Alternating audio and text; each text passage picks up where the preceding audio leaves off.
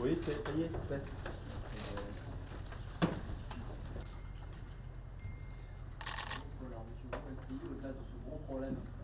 The police fired tear gas indiscriminately on innocent fans. They felt very badly affected, the Liverpool fans, having tear gas, pepper spray.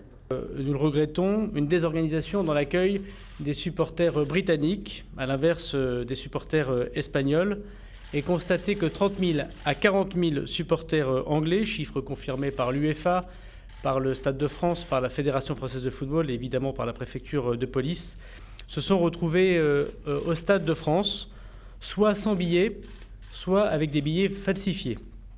We don't know. No, we don't know. On sait pas. C'est uniquement quand on passe dans.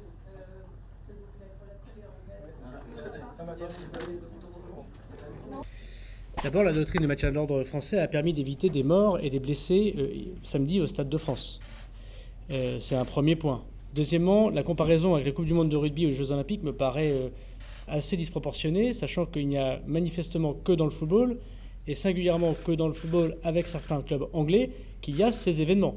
Je rappelle que la France a organisé de très nombreux matchs de rugby et de football à très haut niveau ces derniers jours, ces dernières semaines, ces derniers mois, sans aucune difficulté, et même avec des clubs français dont parfois il y a de grandes difficultés, et c'était notamment le cas de la finale de Coupe de France quelques jours plus tôt, il n'y a pas eu ces difficultés que nous avons constatées là. Et sur les incidents aux abords du stade, notamment les vols qu'il y a pu avoir, est-ce que vous avez un point à apporter? Je le rappelle, l'entraîneur de Liverpool, qui il y a quelques jours, c'est public, a appelé à venir en France pour les supporters, même non munis de billets. Donc nous sommes retrouvés avec des dizaines de milliers de supporters britanniques, dont une partie d'entre eux avaient tout à fait respecté les règles, avaient acheté des billets, ou alors s'étaient mis dans les fan zones.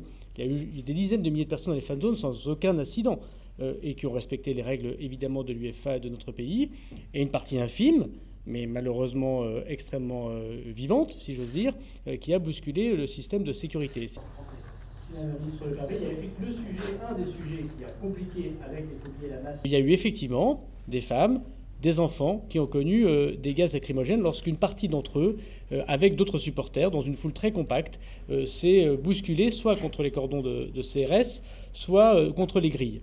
Et que pour relever, si j'ose dire, de l'espace, afin que les gens ne meurent pas écrasés, il a été fait l'objet effectivement des gaz lacrymogènes.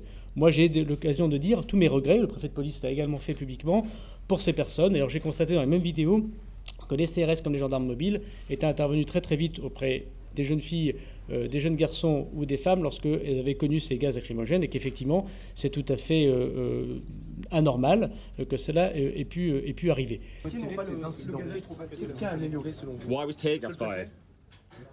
Can I ask why won't you answer the questions? On va laisser Why? la ministre y aller. Je reste là.